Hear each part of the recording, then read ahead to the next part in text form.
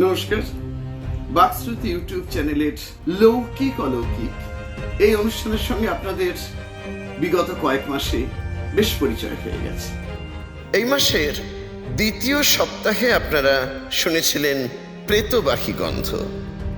আমাদের অন্তরিন্দ্রিয় বারবার বুঝতে পারে কেউ আছে। এক গাঢ় পর্দার আস্তরণের ওপার থেকে কিছু সময়ের জন্য সে যেন এসে দাঁড়িয়েছে আমাদের সামনে। গত সপ্তাহের অনুষ্ঠানে আমাদের এই চ্যানেলে আলোচক হিসেবে এসেছিলেন অতিথি অপর্ণা দাস। শুনিয়েছিলেন শৈশবের এক দুঃসহ অভিজ্ঞতার কথা। এক আশ্চর্য অঘটন ঘটে গিয়েছিল তার জীবনে। 6 মাস ধরে সে বহন করে নিয়ে চলেছিল প্রেতবাহী গন্ধ। আর আজকের অনুষ্ঠানে পরিণত জীবনের আর এক অভিজ্ঞতার কথা নিয়ে আপনাদের সামনে আসছে অপর্ণা। লৌকিক অলৌকিক অতিপ্রাকৃত জগৎ।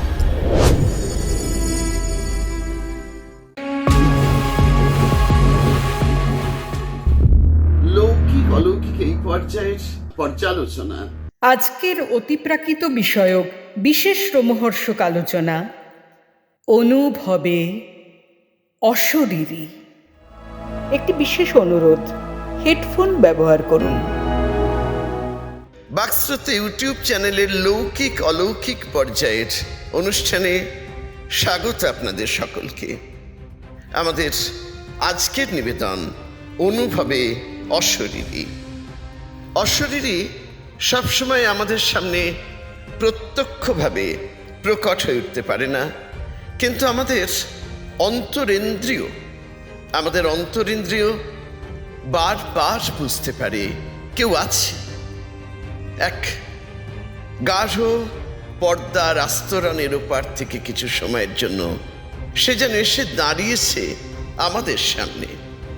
গত সপ্তাহের অনুষ্ঠানে আমাদের এই চ্যানেলে আলোচক হিসেবে এসেছিলেন অতিথি অপর্ণা দাস। শুনিয়েছিলেন শৈশবের এক দুঃসহ অভিজ্ঞতার কথা। এক আশ্চর্য অঘটন ঘটে গিয়েছিল তার জীবনে। 6 মাস ধরে সে বহন করে নিয়ে চলেছিল প্রেতবাহী গন্ধ। আর আজকের অনুষ্ঠানে পরিণত জীবনের আর এক অভিজ্ঞতার কথা নিয়ে আপনাদের সামনে আসছে অপর্ণা।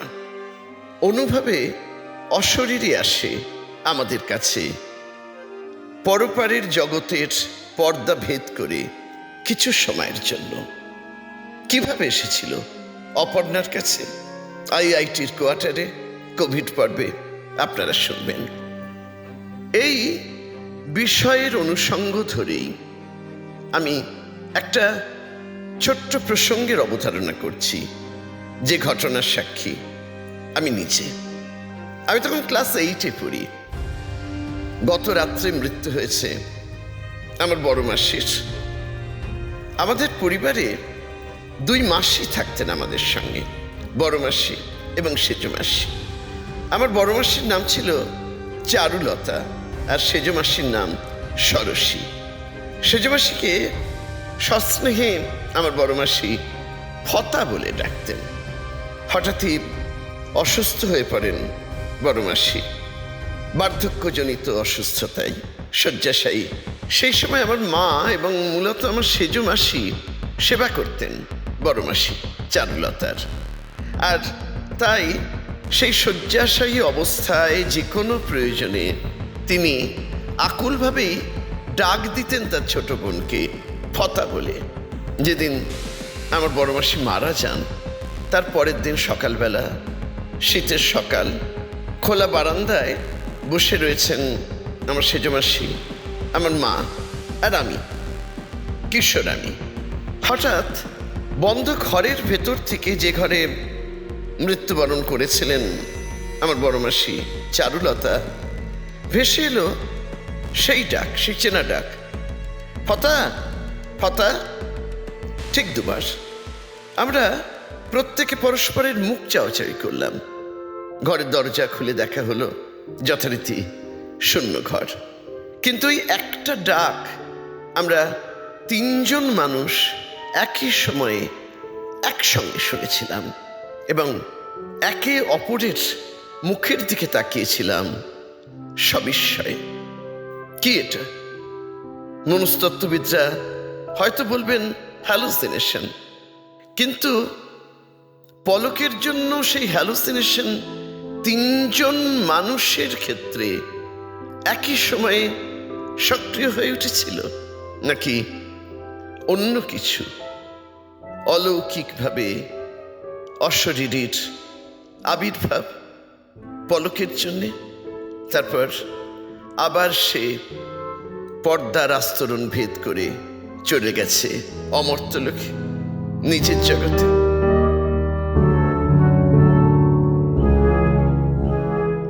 এই অনুভবের কথাই অপর্ণার জীবনে কেমনভাবে মূর্ত হয়ে উঠেছিল, সত্য হয়ে উঠেছিল, সেই নেই আজকের কৌতূহলোদ্দীপক রোমাঞ্চকর আলোচনা, অনুভবে অশরীরী। শুনুন আপনারা অপর্ণার কথা। নমস্কার, আমি অপর্ণা। আমার সঙ্গে বাকশ্রুতি ইউটিউব চ্যানেলের শ্রোতাদের একটা প্রাথমিক পরিচয় হয়ে গেছে এই মাসের শুরুতেই। সেখানে আপনারা শুনেছেন আমার ছোটবেলার এক অভিজ্ঞতার কথা। কিন্তু আমার জীবনে এই যে প্যারানর্মাল অ্যাক্টিভিটিসের সম্মুখীন হওয়া, মানে অতি প্রাকৃতের সম্মুখীন হওয়া, এই অতি প্রাকৃত অভিজ্ঞতার সম্মুখীন আমি জীবনে একবার নয়, বেশ কয়েকবার হয়েছি। এবং এটাও সত্যি, এইবারের অভিজ্ঞতার যে রেশ চলছে এখনও কিন্তু পুরোপুরি তা মিলিয়ে যায়নি। বিগত 6 মাস হয়তো প্রকটভাবে সেই অনুভূতি হয়নি আমার, কিন্তু আমি জানি না সেই আত্মা আবার কখনো ফিরে আসবে কিনা, আবার তার প্রখর অস্তিত্ব আমি অনুভব করব কিনা। ঘটনাটি ঠিক কবে শুরু হয়েছিল দিনটা আমার মনে নেই, তবে সালটা ছিল 2021-এর শেষের দিকে। এই ক্যাম্পাসে আমার একটি কোয়ার্টার আছে, সেখানে অবশ্য খুব বেশি থাকা হয় না, বাড়ি ফিরতে হয় পারিবারিক কারণে। ওখানে শুধু সপ্তাহে 2-1 দিনই থাকা হয়। কিন্তু সেই সময় মানে 2020-21 সালে কোভিডের কারণে আমাকে সেখানে থাকতে হতো। তো সেই সময় একদিন রাতে আমি ঘুমোতে যাচ্ছি, রাত্রি প্রায় 12টা 12:30 হবে, মশারি টাঙানো হয়ে গেছে, লাইট অফ, আমি শুয়েছি।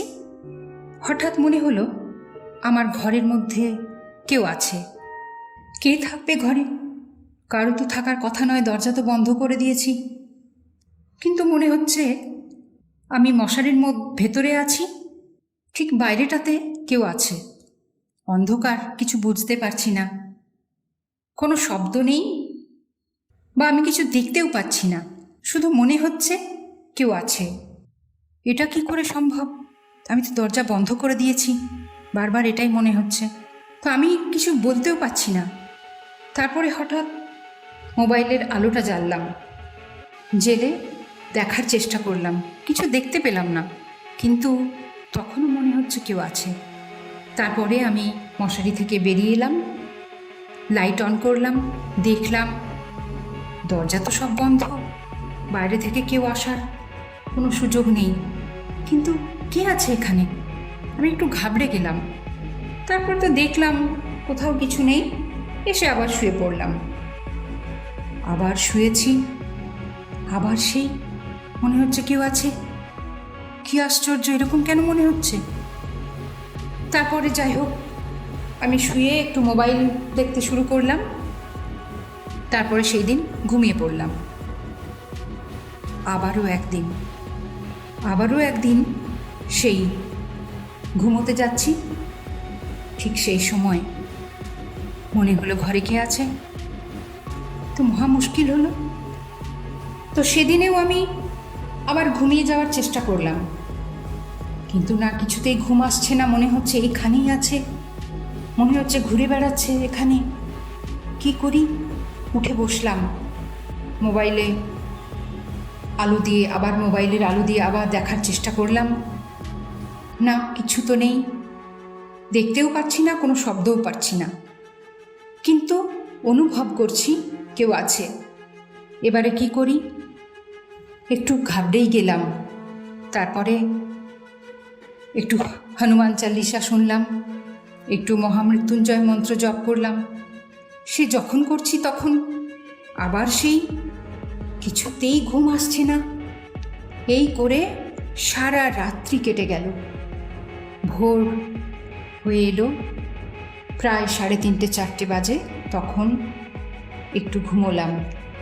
তারপরে অফিসে গেলাম। অফিসের কলিগদের একটুখানি বললাম যে একটা সমস্যা হয়েছে, কালকে রাতে এরম একটা ব্যাপার ঘটেছে। কিন্তু এই ঘটনাটা ঘটতেই থাকলো আমার সাথে বারবার। প্রতিদিন নয়, কিন্তু মাঝে মধ্যেই এই সমস্যাটা হতে থাকলো। তখন আমি মনে হলো কাউকে জানাই, কিছু একটা প্রতিকার। আমি জানি না এটার কি প্রতিকার, বা আদেও এটা, আমি তো বিশ্বাসই করতাম না এসব। কিন্তু হঠাৎ করে আমার সঙ্গে এসব কি হচ্ছে, তো বিশ্বাস করতে বাধ্য হচ্ছি যে কি হচ্ছে এটা তো আমি দেখতে পাচ্ছি না, কিছু শুনতে পাচ্ছি না, অথচ কেউ আছে। এটাও কি হয় কখনো?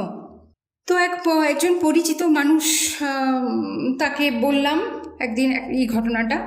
তো সে আবার রামকৃষ্ণ মিশনের কোনো এক মহারাজকে এই ঘটনাটা বলেছিল। তো সেই মহারাজ বলেছিলেন যে হ্যাঁ, ওখানে একটু সমস্যা আছে, ওনাকে বাড়ির একা থাকতে বারণ করো, ওখানে বাড়ির অন্য কেউ যেন তার সাথে যেন থাকে। তো যাই হোক, বাড়ির কেউ তো থাকার সম্ভব নয়, আমি একাই থাকতাম ওখানে। তারপরে এরম চলতে থাকলো। ওই রাতে রাতে মাঝে মাঝে ওই ঘটনাও ঘটছে, আর আমিও নানা রকম প্রতিকারের চেষ্টা করে যাচ্ছি। তো একদিন আমাদের আরেকজন পরিচিত দাদা আছেন, উনি একটু তারা মায়ের ভক্ত, তারাপীঠেই প্রায় থাকেন। ওনাকে আমি সব পুরো ঘটনাটা বললাম।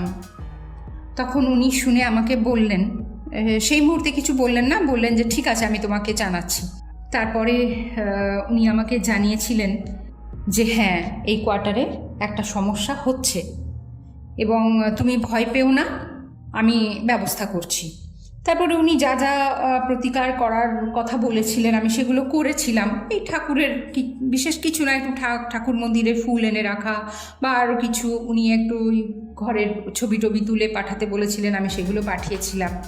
এসব করার পরে ঠিক থাকে 2-4 দিন, কিন্তু আবারও হয়।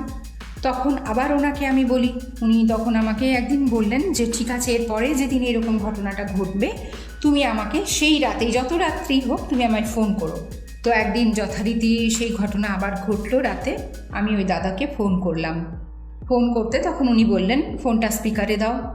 স্পিকারে দিতে উনি তো খুব ওই ওনাদের ভাষাতে হয়তো বলছেন, কিছু বকাবকি করছেন যে আমি তোর সর্বনাশ করে দেবো, এইসব আরও অনেক কিছু, আমার এই মুহূর্তে মনে নেই। তারপরে কিছুক্ষণ পরে উনি আমাকে বললেন ঠিক আছে, তুমি ঘুমিয়ে যাও, আর আমি দেখছি, আর আর আর ভয় পেও না।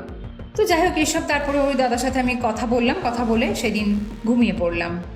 এইভাবে চলতে চলতে আমিও থাকছি আর ঘটনাও ঘটছে। একদিন রাত্রি প্রায় ওই রকম 12টা 12:30 হয়ে গেছে, আমার ওই খাওয়া দাওয়া হয়ে গেছে, আমি বোধহয় রান্নাঘরের ওই সিঙ্কে কিছু কাজ করছি। হঠাৎ মনে হলো পেছন দিকে কে দাঁড়িয়ে আছে। আরে পেছনে কে?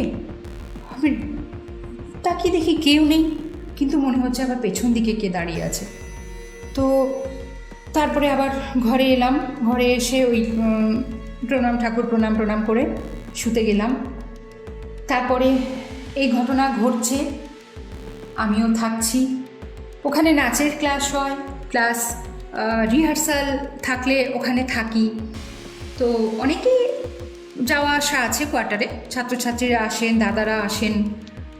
তো একদিন একটা রিহার্সাল ছিল, এক দাদা আমাকে রাতের দিকে ফোন করে জিজ্ঞাসা করলেন যে আগামীকাল আসবেন কি না, এটা জিজ্ঞাসা করছেন।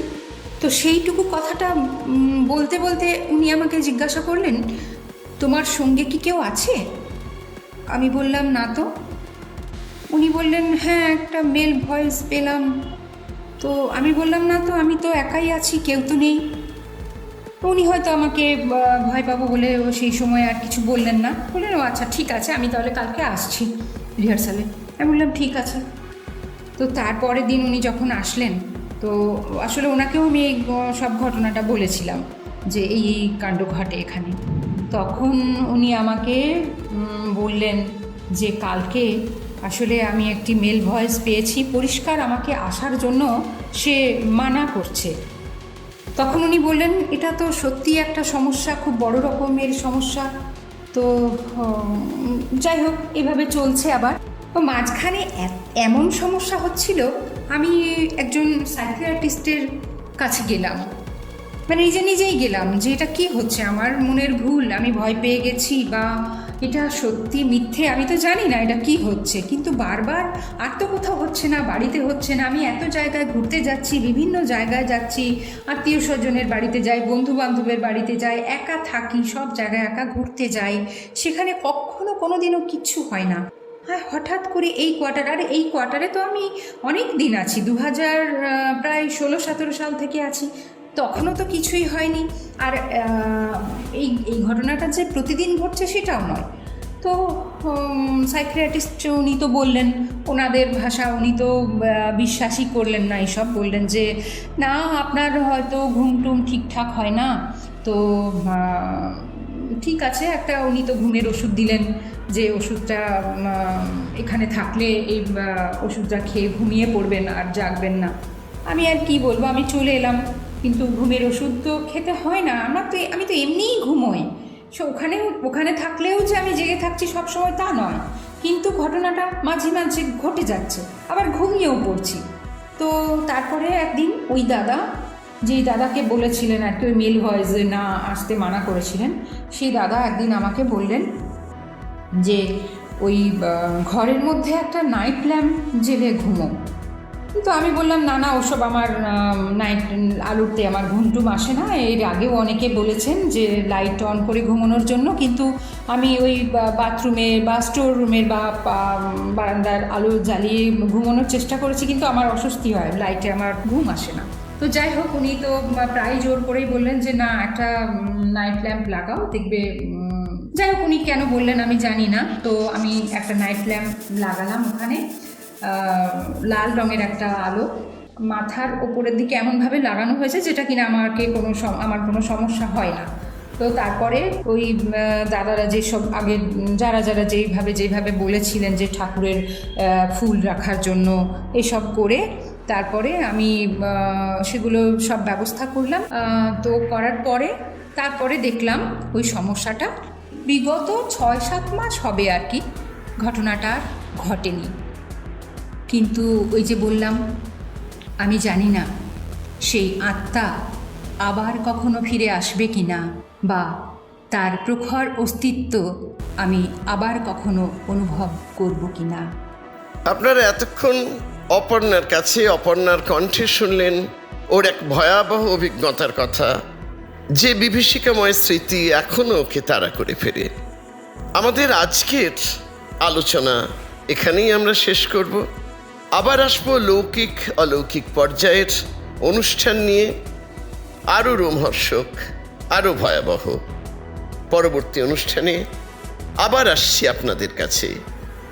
ভালো লাগলে আমাদের চ্যানেলটিকে সাবস্ক্রাইব করে, লাইক করে, আপনাদের সুচিন্তিত মন্তব্য দিয়ে এগিয়ে নিয়ে যাবেন।